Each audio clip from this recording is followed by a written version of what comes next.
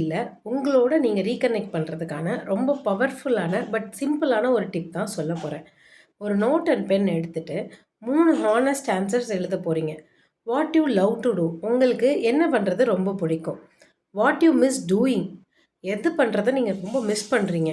And 3வது when you felt real happiness உங்களோட பாஸ்ட்ல இல்ல எப்பனாலும், எப்போ நீங்க அந்த ரியல் ஹாப்பினஸ ஃபீல் பண்ணீங்க அந்த மொமெண்ட்.